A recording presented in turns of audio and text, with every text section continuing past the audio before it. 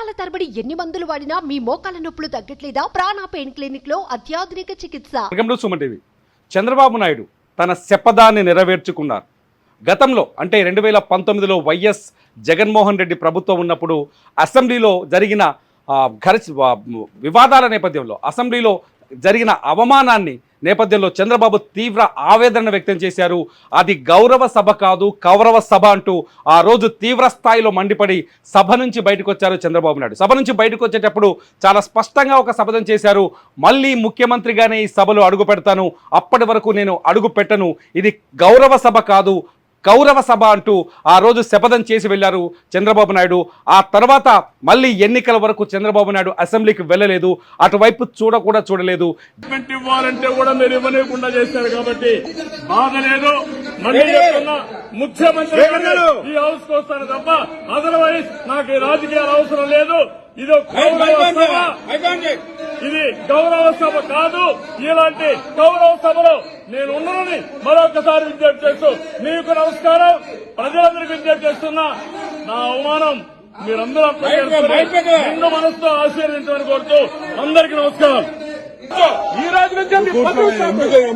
జగన్మోహన్ రెడ్డి ప్రభుత్వాలపైన, జగన్మోహన్ రెడ్డి చేసిన పరిపాలన పైన, ప్రజల్లో ఆయన పైన వ్యతిరేకతని ఎప్పటికప్పుడు జనానికి చెప్పారు. జగన్మోహన్ రెడ్డి పరిపాలన ఎప్పటికప్పుడు నిలదీస్తూ, జగన్మోహన్ రెడ్డి నిర్ణయాన్ని నిలదీస్తూ రాజకీయ ముందుకెళ్లారు, ప్రజల్లోకి తీసుకెళ్లే ప్రయత్నం చేశారు. అటువంటి చంద్రబాబు నాయుడు ఆ రోజు చేసిన శపథాన్ని ఇవాళ నెరవేర్చుకున్నారు. ముఖ్యమంత్రిగానే మళ్ళీ ఇవాళ అసెంబ్లీలో అడుగుపెట్టారు. అసెంబ్లీ ఏదైతే తను అమరావతిలో నిర్మించిన అసెంబ్లీ ఉందో ఆ అసెంబ్లీ మెట్ల దగ్గర ఆయన అభివాదం చేస్తూ ఆ తర్వాత తన ఛాంబర్లోకి వెళ్ళారు. ఆ తర్వాత కొద్దిసేపటి క్రితమే అసెంబ్లీ సమావేశాలు మొదలయ్యాయి. ఇవాళ అసెంబ్లీలో ఇద్దరు కొత్త వ్యక్తులు అడుగుపెట్టబోతున్నారు. చంద్రబాబు నాయుడే కాదు, పవన్ కళ్యాణ్ కూడా నువ్వు ఎమ్మెల్యేగా గెలిచావా, కనీసం ఎమ్మెల్యేగా కూడా గెలవలేదు అంటూ ఆ రోజు ఆ వైసీపీ అధికారంలో ఉన్న వైసీపీ పవన్ కళ్యాణ్కి సెటర్లు వేసింది, విమర్శలు చేస్తూ వచ్చింది.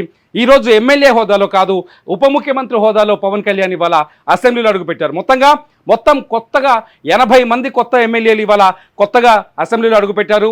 కొద్దిసేపటి క్రితం ప్రారంభమైన సభలో ముఖ్యమంత్రి చంద్రబాబు నాయుడు తొలుత ముఖ్యమంత్రి హోదాలో ఎమ్మెల్యేగా ప్రమాణ స్వీకారం చేస్తారు.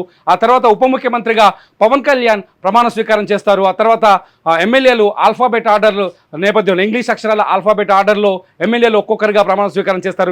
వీరి చేత ప్రొటెం స్పీకర్ గోరంట్ల బుచ్చయ్య చౌదరి, ఆయన సీనియర్ ఎమ్మెల్యే మొత్తం సభలో, ఆయన గోరంట్ల బుచ్చయ్య చౌదరి స్పీకర్ సీట్లో కూర్చొని ఎమ్మెల్యేలుగా అందరినీ ప్రమాణ స్వీకారాలు చేయించబోతున్నారు. కొద్దిసేపటి క్రితం ఇదే అసెంబ్లీకి తీవ్రమైన చిత్తుగా ఓడిపోయిన గత ఎన్నికల్లో 2024 ఎన్నికల్లో ఘోర పరాజయం పొందిన జగన్మోహన్ రెడ్డి కూడా ఈ అసెంబ్లీకి వస్తున్నారు. జగన్మోహన్ రెడ్డి కూడా ఈరోజు ఎమ్మెల్యేగా ప్రమాణ స్వీకారం చేయబోతున్నారు. మొత్తానికి కేవలం 11 సీట్లకే పరిమితమైంది వైసీపీ. మొత్తానికి 2021 నవంబర్లో జరిగిన అవమాన నేపథ్యంలో ఆ రోజు శపథం చేసిన చంద్రబాబు నాయుడు ఇవాళ తన శపథాన్ని నెరవేర్చుకున్నారు.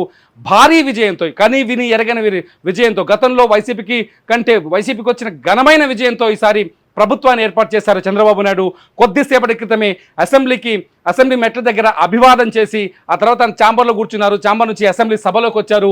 మొట్టమొదటిసారిగా ఇవాళ తెలుగుదేశం పార్టీ అధికారంలోకి వచ్చిన తర్వాత ఇవాళ తొలి అసెంబ్లీ సమావేశం జరుగుతుంది. ఈ సమావేశంలో గెలిచిన ఎమ్మెల్యేలంతా ప్రమాణ స్వీకారాలు చేయబోతున్నారు. ఇవాళ ప్రమాణ స్వీకారాలు పూర్తిగా ముగిసే అవకాశం ఉంది.